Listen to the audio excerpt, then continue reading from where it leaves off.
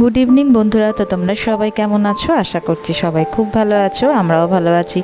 চলে এসেছি আরও একটি নতুন ব্লগের সাথে। তোমাদের সবাইকে আমার চ্যানেলে অনেক অনেক স্বাগত জানিয়ে আজকের ব্লগটি শুরু করছি। ঘড়ির কাঁটায় এখন বাজে সন্ধে 6:30, আর আমি দেখো এখন চলে এসেছি নিচে মেয়েকে নিয়ে। আমি এখন মেয়ের খাবার করব। তো কালকে সেরেলাক খাইছিলাম, আজকে একটু চিড়ে সেদ্ধ খাওয়াবো। আমি দেখেছি মেয়েটার যখনই একটু পটিটার সমস্যা হয়, মানে সমস্যা বলতে পটি ওকে আমি যেভাবে হোক প্রতিদিনই করাই, একটু যখন কষে যায় পটিটা তখন এই চিড়ে সেদ্ধ খাওয়ালে না ওর পটি একদম নর্মাল হয়ে যায়, আর খুব মানে একদম ঠিকঠাক হয়ে যায় আর কি। তো এই চিড়ে সেদ্ধর মধ্যে আমি বেশি কিছু দিই না, জানো তো কী দিই বলো তো? চিড়েটাকে একটু ভালো করে ধান টান বেছে নিয়ে জলে একটু হালকা করে ধুয়ে নিয়ে একটু জলের মধ্যে চিড়েটাকে ভালো করে সেদ্ধ করে নিই। তার মধ্যে মামানের জন্য মামানের বাবা একটু খেজুর এনে রেখেছে, তো সেই খেজুরটাকে আমি যখন চিড়ে খাওয়াই এই চিড়ে সেদ্ধটার মধ্যে দিই। তাতে করে কী হয়, ওকে এক্সট্রা কোনো চিনি বা মিছরি বা এই জাতীয় কোনো কিছু ওকে দিতে হয় না। তো এই একটা খেজুরেই ওর পুরো খাবারটা মিষ্টি মিষ্টি হয়ে যায়, আর ও খেয়েও নেয়, ওটাতেই ও অভ্যস্ত। তো চিড়ে ভালো করে খেজুরটাকে আমি একটু জলে ধুয়ে নিয়ে একটু ভিজিয়ে রেখেছিলাম, তাতে করে ওই গা থেকে যে ওর মানে হালকা একটা স্কিন থাকে সেটা উঠে চলে আসে। তো ওটা ছাড়িয়ে দিয়ে ভালো করে খেজুরের ভেতর থেকে বীজ বের করে নিয়ে চটকে নিয়েছি। আর তার মধ্যে দুধ একটু গরম করেছি, দুধটাকে গরম করে ভালো করে এই যে দুধ দিয়ে খেজুর দিয়ে চিড়ে একসঙ্গে ভালো করে মাখিয়ে নিলাম। আর এটা খাওয়াবো মেয়েকে, এখন 2 দিন খাওয়াবো, বেশ মেয়ের পটিটা আবার ঠিকঠাক হয়ে যাবে। এই দেখো না, মানে 2 দিন আমি ওকে সেরেলাক খাওয়ালাম, আর আজকে একটু সকালবেলা একটু বেদানা খাইয়েছিলাম, তো দেখলাম পটিটা একটুখানি শক্ত শক্ত মতন হয়েছে, ওই জন্য আজকে একটুখানি এই চিড়ে সেদ্ধ খাওয়াচ্ছি, তাতে করে কালকেই দেখবো একদম নর্মাল হয়ে গেছে। আর দেখো এই যে আমার মেয়ের খাবারও রেডি করেছি, আর আজকে একটু লেট হয়ে গেছে বলে একসাথেই চাটা আমার নিয়ে নিলাম, নয়তো নিচে নেমে আমি আগে একটু চা খাই তারপরে মেয়েকে খাওয়াই। তো এই যে এখন চা খেতে বসেছি, আর আমি চা খেতে খেতে মেয়ের খাবারটাও ঠান্ডা হয়ে যাবে, তারপরে মেয়েকে খাইয়ে দেবো। না তুমি নিচে আসবে, তাড়াতাড়ি খেতে এসো। কি করবো? ভাত খাইয়ে দেবো তো তুমি নিচে এসো আগে, তুমি আগে খেতে নিচে এসো। পিছনে ফিরে বসে থাকলে কি আমি যেতে পারবো না? তাড়াতাড়ি এসো। আমি ওপরে গেলাম তাহলে। জানো তুমি ওর সন্ধে আর সকালবেলার খাওয়াতে ভীষণ জ্বালাতন, দুপুরে আর রাত্রে না ঠিকঠাক করে খেয়ে নেয়, সকাল সন্ধে খেতে একদম বসতেই চায় না। ভয় দেখি আমি খাওয়াতে চাই না, ওর মনের মধ্যে কোনো রকম কোনো ভয় সৃষ্টি করতে চাই না, কিন্তু এমন করবে খাবে না করে লাস্টে আমাকে ওই কিছু না কিছুর ভয় দেখাতে হবে। নয় ওই ক্যাকটাস দেখলে খুব ভয় পায়, নয় ক্যাকটাসটাকে আনতে হবে, নয় বলতে হবে নরসিংহ আসছে, ওটা হচ্ছে মানে ওকে ওর কথা বললেও একটু ভয় পায় আর কি। আমি চাই না ভয় দেখাতে, কিন্তু দেখলেই তো তোমরা মুখটা ঘুরিয়ে ওইদিকে ফিরে বসে আছে খাবে না বলে। ওর খাওয়াটা হয়ে গেলে ওকে একটু পড়তে বসিয়ে তারপর যাবো আমি রান্নাঘরে। অ্যাপেল মানে বি ফর বল, মানে সি ফর ক্যাট, মানে ডি ফর ডগ, মানে ই ফর এগ, মানে এফ ফর ফ্রগ, মানে কি ব্যাং। জি ফর কি বলো? গার্ল। গার্ল মানে কি? এইচ ফর হ্যান, মানে কি? হেন মানে কি? মেয়েকে খাইয়ে নিয়ে চলে এসেছি রান্নাঘরে, এখন এই বাসনগুলো মেজে নেবো। আর আজকে আবার আমাদের মাসিমা আসেননি, আর সেই কারণে বাসন এক গাদা পড়ে আছে, দুপুরকার সব জমা বাসন। উনি যদি আসবেন না, যেটা যে বুঝতে পারি, বা উনি যদি একটু ফোন করে বলে দেয় তাহলে না খুব সুবিধা হয়, একটু তাড়াতাড়ি বাসন টাসনগুলো মেজে নিতে পারি। আর এই রান্নার জায়গাটা, যেখানে রান্না করি ওই জায়গাটা অগোছালো থাকলে, নোংরা হয়ে থাকলে না আমার একদম ভালো লাগে না। তা আমি ওই এক সময় উনি বলে যায় যে আমি আসতে পারবো না, তখন এই দুপুরে খাওয়ার পরেই জায়গাটাকে পরিষ্কার করে নিই, যাতে সন্ধ্যাবেলায় এসে ওই নোংরা গ্যাসের মধ্যে রান্না করতে না হয়।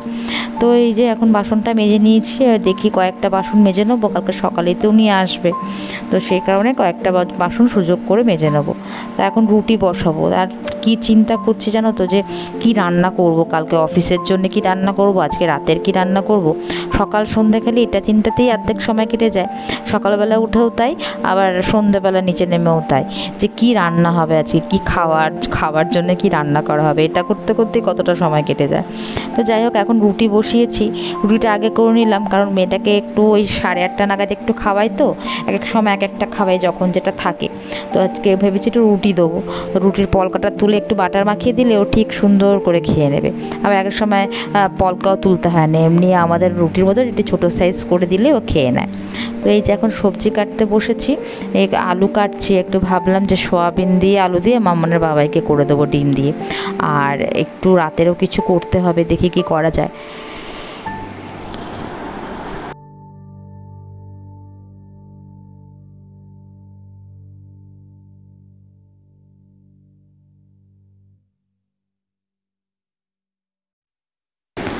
রান্নার সাথে সাথে একটু মশলাও বেটে রাখতে হবে, কোনো মশলাই নেই জানো তো, মানে আমাদের আদা রসুন বাটা, জিরে আদা বাটা এগুলো বেটে রেখে দেওয়া হয়, তো দুটোই শেষ হয়ে গেছে, আর দুটোই এখন লাগবে, সেই কারণে ওই দুটোই বাটবো, তাই সেগুলোরও জোগাড় করছি।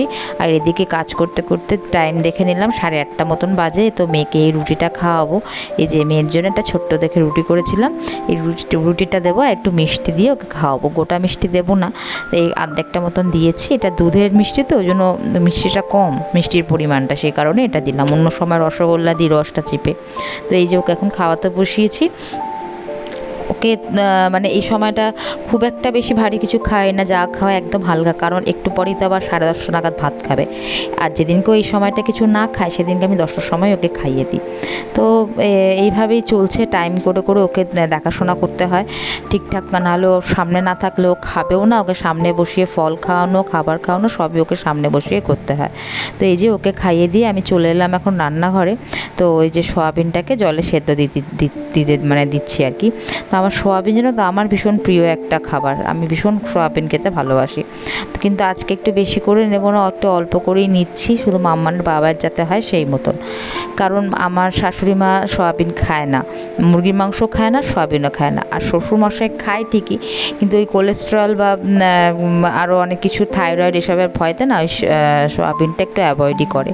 কোনো সময় অগত্যা তো ঠেকা পড়লো তখন হয়তো খেলো, কিন্তু খুব একটা খেতে চায় না। আর আমি খাবো না কেন জানো তো, আমি খাবো না, এই যে তরকারিটা করছি না, এটা মাম্মানের বাবার কালকে অফিসের জন্যে, আর আজকে তো মঙ্গলবার, আজকে আমাদের নিরামিষ, সেই কারণে ওর একার মতনই আমি করছি আর কি, যাতে ও খেতে পারে, ওর সাথে ওর হয়েই যাতে আর একটু না বাঁচে, সেই হিসাবেই করছি। তো আজকে খুব একটু মানে একটু দেরি হয়ে গেছে, একটু খুব তাড়াতাড়ির মধ্যে রান্নাগুলো করতে হচ্ছে। তো ডিম সয়াবিনটা আমি দেখো গোটা ডিম সেদ্ধ করে ওকে ভেজে করে দিই। তবে আজকে যেহেতু টাইমটা নেই, সেই কারণে আজকে আমি ওই ডিমের ভুজিয়া করে একটু অন্যরকমভাবে তাড়াতাড়ি করে দেওয়ার চেষ্টা করছি, যাতে খুব তাড়াতাড়ি হয়ে যায়, টাইমটা বেশি না লাগে রান্নাতে, সেই কারণে একটু তাড়াতাড়ি করে করার চেষ্টা করছি। তাই ডিমটাকে ভুজিয়া করে একটু পেঁয়াজ আলু দিয়ে ভালো করে ভেজে নিয়ে, তার মধ্যে হালকা একটু মশলা, একটু টমেটো দিয়ে নেড়ে চেড়ে একটু হালকা একটু জল দিয়ে নামানোর আগে একটুখানি ঘি আর একটুখানি গরম মশলা গুঁড়ো দিয়ে নামিয়ে নিয়েছি। আর এদিকে দেখো আমার শ্বশুরমশাই এই যে ডাল আর ধনেপাতা একসঙ্গে বেটে রেখেছে, সেটার জন্য একটু বড়া করতে বসিয়েছি। কালকে আবার আমার শাশুড়ি মা শ্বশুরমশাই যাবে রক্তের রিপোর্ট করতে, তাই জন্য তার সকাল সকাল সকাল সকালও বেরোবে, রক্তের রিপোর্ট সকালবেলাতেই হবে, একটু সকাল সকাল হবে। আর যেহেতু কালকে টাইম অনুযায়ী খাওয়ার ব্যাপার রয়েছে, তাই মায়েরা আজকে 9টার সময় খেয়ে নেবে। আর এই দেখো আমার ডিমটা রান্না হয়ে গেছে। কি হয়েছে, কি হয়েছে সোনা, পড়ে গেছো? আর এদিকে আমি চলে এসেছি মাম্মানের বাবার জামাটা আয়রন করতে, অফিসের জামা। আমি প্রতিদিন একটা করে জামা আয়রন করে দিই, আর প্যান্টও আয়রন করি, প্যান্টটা তবে বেশি লাগে না, সেই কারণে জামাটাই মেন প্রতিদিন করতে হয় আর কি। তো এই যে জামাটা আয়রন করে এখন আমার অনেক কাজ আছে, জানো তো, মেয়েকে খাওয়াবো, খাবার গরম করব ফ্রিজ থেকে বের করে, মামানের বাবাইকে খেতে দেবো, অনেক কাজ, যদিও চা খায় তাহলে একটু চা করে দেবো আর কি। তো আর যদি ভাত খায় বলে ভাত খাবো, তাহলে একেবারেই ভাতই দিয়ে দেবো। তো এ দেখো আমার জামা আয়রন কিন্তু হয়ে গেছে, আর এখন চলে এসেছি মেয়ের খাবার গরম করে নিয়ে মেয়েকে খাওয়াবো বলে। এই যে মেয়ের খাওয়াটা হয়ে গেলেই আমার শান্তি। এবার মেয়েকে খাওয়ানোর পরে আমরা খাবো, তারপরেও টুকটাক কাজ থাকে জানো তো, মেয়ের জিনিসগুলো গুছিয়ে ওপরে নিয়ে যাওয়া, তারপরে এই বাসনগুলো গোছানো, ফ্রিজে সব খাবার তোলা, এগুলো অনেক টুকটাক কিন্তু কাজ থেকেই যায়।